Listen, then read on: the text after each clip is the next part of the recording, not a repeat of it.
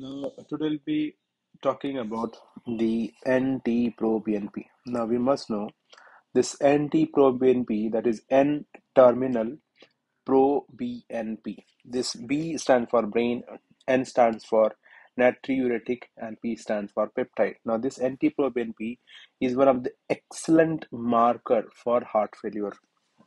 So, we must know that there is whenever there is stretch of the ventricle, suppose this is LV, this is LA, this is RV, and this is RA. So whenever there is excessive stretch on the ventricle, how can it happen? Either it can be because of the pressure overload, like in severe AS or left ventricular outflow tract obstruction, or that can be increased blood flow. Increased blood flow that can be because of most of the time it is because of MI, post MI, ischemic heart disease, where there is reduced blood flow to the heart. So automatically the pumping of the left ventricle goes down. So whenever there is reduced pumping capability of the left ventricle, automatically more and more blood will be filled in the left ventricle, and it will be difficult to pump this much of blood by the left ventricle. So there will be more stretch on the left ventricle as well as right ventricle. So this is released both in left ventricle as well as right ventricle as well. So more is the volume overload, more is the pressure, more is the fluid in the left ventricle, and if the left ventricle is not able to pump this much of blood, pump this much of volume, then this excessive NT-proBNP is secreted, or the pro-BNP or BNP is secreted. So BNP is secreted from the ventricles because there is increased stretch to the ventricle. So there is increased BNP secretion, automatically increased BNP. What it will cause? It will cause natriuresis. Natriuresis means it will cause increased sodium excretion.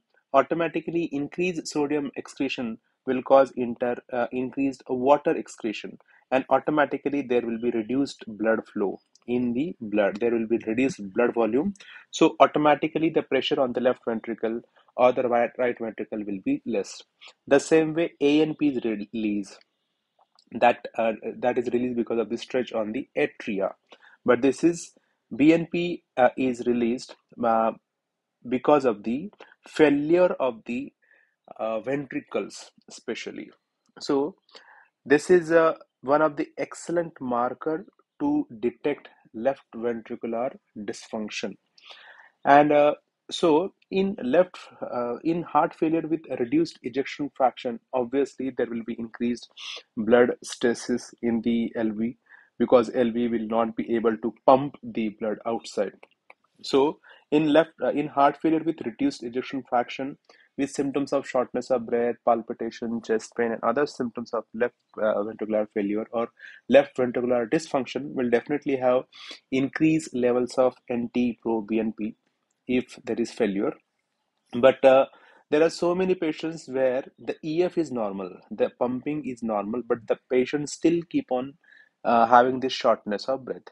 Where you do ECG comes normal, and echo will show normal EF. In that scenario, we can do this NT-proBNP, and if it is high, it will tell that there is increased pressure overload, or there is, even the pumping is normal, the left ventricle is not able to pump the blood outside very well, and that is the reason why NT-proBNP is raised and it needs to be treated. So very commonly those patients who have water retention or pedal edema or ascites with bilateral creps or unilateral creps, if we suspect heart failure, if it is shortness of breath is there, and if it is unexplained, if the ECG is normal and if the echo shows normal EF, in that scenario, we should always do NT-proBNP. If the patient has cardiac symptoms like palpitation, chest pain, which are not explainable, then we should definitely consider doing NT-proBNP to detect underlying uh, heart failure, left ventricular dysfunction. So very commonly the NT-proBNP values increase with age. That is the reason why you have to see whether what is the cutoff limit for that particular age, and it definitely increases as soon as the EF, that is ejection fraction, keep on reducing.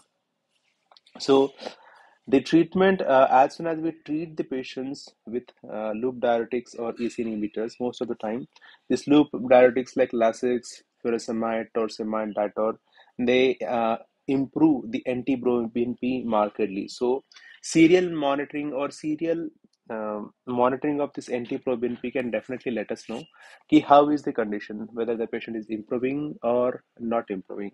If the NT-proBNP is falling, it means the left ventricular dysfunction is supposed to get better.